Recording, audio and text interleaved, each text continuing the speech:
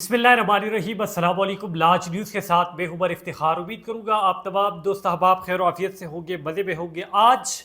Islamabad high court से पाकिस्तान तहरीक इंसाफ के हक़ में दो बड़े अच्छे फ़ैसले आए हैं। और सलमान सफदर के हवाले से अगर बात की जाए तो उन्होंने भी बड़े अच्छे दलाइल दिए हैं। और दूसरी तरफ से शरफजल मरवत साहब और अली ज़फ़र साहब जो है उन्होंने भी बड़े ज़बरदस्त दलाइल दिए हैं। दो मुख्तलिफ केसेस हैं, उन तमाम केसेस को आज आप लोगों के सामने रखूँगा। लेकिन इससे पहले अता तारड़ साहब के हवाले से बात कर लेते हैं, जो कि वज़ीर इत्तलात भी है। और उन्होंने एक इल्ज़ाम पाकिस्तान तहरीक इंसाफ पर लगाया है, उनकी लीगल टीम पर लगाया है और उनके रहनुमाओं पर लगाया है कि उन्होंने यूरोपीय यूनियन को ख़त लिखा है और ख़त में ये मेंशन किया है कि इमरान खान को जेल में सहूलियात नहीं दी जाती। और साथ साथ बहुत से ऐसे इंकशाफात किए हैं जिस पर पाकिस्तान तहरीक इंसाफ के हसन रऊफ़ साहब ने जवाब दिया है और ये कहा है कि अता तारड़ साहब जो है ये हमेशा झूठ फैलाते रहते हैं, ये झूठ करते हैं और ये पाकिस्तान तहरीक इंसाफ के ख़िलाफ़ प्रोपेगेंडा है। साथ उन्होंने ये कहा कि इन लोगों ने पहले हमारा मैंडेट चुराया, पहले हमारे वोटों पर इन लोगों ने डाका डाला और जो भी अब ये कौमी असम्बली में बैठे हुए हैं या ये वजारतें इन लोगों ने ली हुई है, तो इन लोगों ने ये चोरी शुदा वजारतें हैं और अब लोग ये पाकिस्तान तहरीक इंसाफ को मज़ीद डाउन करने के चक्कर में है और ये लोग प्रोपेगेंडा फैलाने के चक्कर में है। तो हम लोगों ने ऐसा कोई ख़त नहीं लिखा और हम लोग ऐसा लिखने के लिए इरादा भी नहीं रखते। इसके साथ साथ उन्होंने ये कहा कि हमारे लिए सबसे पहले पाकिस्तान है, बाद में दूसरी चीज़ें हैं। और होना भी ये चाहिए कि पाकिस्तान में किसी भी पार्टी के ख़िलाफ़ वो पाकिस्तान तहरीक इंसाफ हो या मुस्लिम लीग नून हो, झूठे प्रोपेगेंडे नहीं फैलाने चाहिए और ख़ासकर मुल्क पर कंप्रोमाइज़ नहीं करना चाहिए। अगर कोई पार्टी की पॉलिसी इधर उधर हो लेकिन मुल्क के मफाद के हवाले से कोई भी कंप्रोमाइज़ जो है नहीं करना चाहिए। तो सबसे पहले अगर साइफ़र वाले केस के हवाले से बात करें तो साइफ़र वाले केस में पिछले से बात पे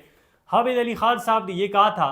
कि ये जो ट्रायल चल रहा है ये ट्रायल नहीं होना चाहिए और इस केस की जो अपील है, बात की अपील जो है ये भी नहीं होनी चाहिए और ये कानूनन ठीक नहीं है। जिस पर पाकिस्तान तहरीक इंसाफ के वकला को ये कहा गया था कि आप अब इसमें दलाइल पेश करें और दलाइल में आज सलमान सफदर ने हद ही कर दी।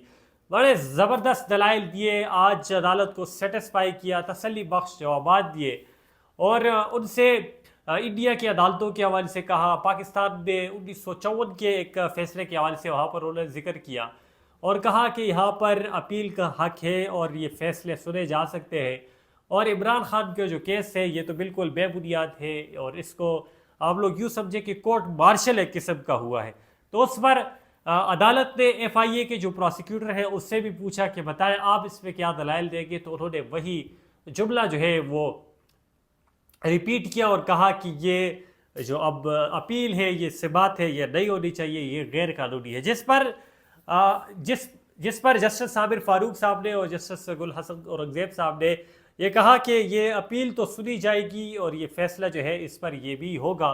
और जितना भी हमसे हो सका हम लोग इंसाफ देंगे और इंसाफ जो है वो मेरिट की बुनियादों पर होगा। तो ये मेरे ख्याल से बहुत ही अच्छा फैसला है। पाकिस्तान तहरीक इंसाफ के लिए राहें हमवार हो रही है, हमारी चेयरमैन पाकिस्तान तहरीक इंसाफ के लिए भी रास्ते जो है वो खुल रहे हैं और लग ऐसे रहे कि इमरान खान जो है ये जल्द ही बाहर आ जाएगा। इसके साथ साथ आज अगर दूसरी बात की जाए, मैंने पहले भी कहा कि सिक्योरिटी थ्रेट्स के सिलसिले में पाकिस्तान तहरीक इंसाफ की वकीलों को और दीगर लोगों को अब इमरान खान के साथ मुलाकात करने नहीं दे रहे। इस पर बहुत सी दरख्वास्तें जो है वो भी गई है और शरफजल मरवत साहब ने भी ये दरख्वास्त जो है वो जमा की थी कि जेल सुप्रिटेंडेंट ने तौहील अदालत की है और इमरान खान से हमें मुलाकात करने के लिए नहीं दिया गया। याद रखें कि 26 फरवरी को इमरान खान से मुलाकात करने के लिए इस्लामाबाद हाई कोर्ट ने इजाज़त दी थी और शरफजल मरवत साहब से कहा था कि आप जाए, आप मुलाकात कर सकते हैं और दीगर रहनुमाओं के हवाले से भी कहा था कि आप लोग मुलाकात करें। लेकिन 4 मार्च को जब शरफजल मरवत मुलाकात करने गए और अदालत का हुक्म जो है वो भी साथ लेकर गए कि अदालत से हमें हुक्म मिला है, लेकिन इसके बावजूद जेल सुप्रिटेंडेंट की तरफ से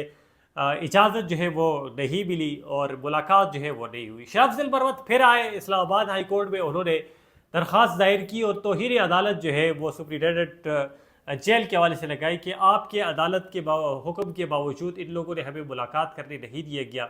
आप इस पर اب فیصلہ کریں کہ ہم لوگ کیا کریں، ہم لوگ عمران خان سے نہ ملیں، ہم لوگ پارٹی پالیسی ڈسکس نہ کریں، یا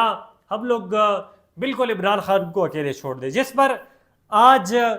دوبارہ سماعت تھی۔ جیل سپرنٹینڈنٹ کے وکیل اور دیگر لوگ جو ہے وہ آج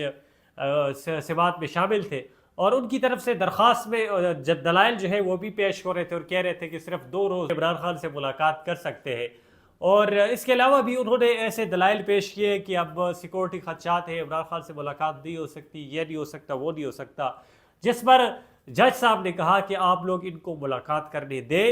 اور یہ لوگ ملاقات لازمی کریں گے، چونکہ اب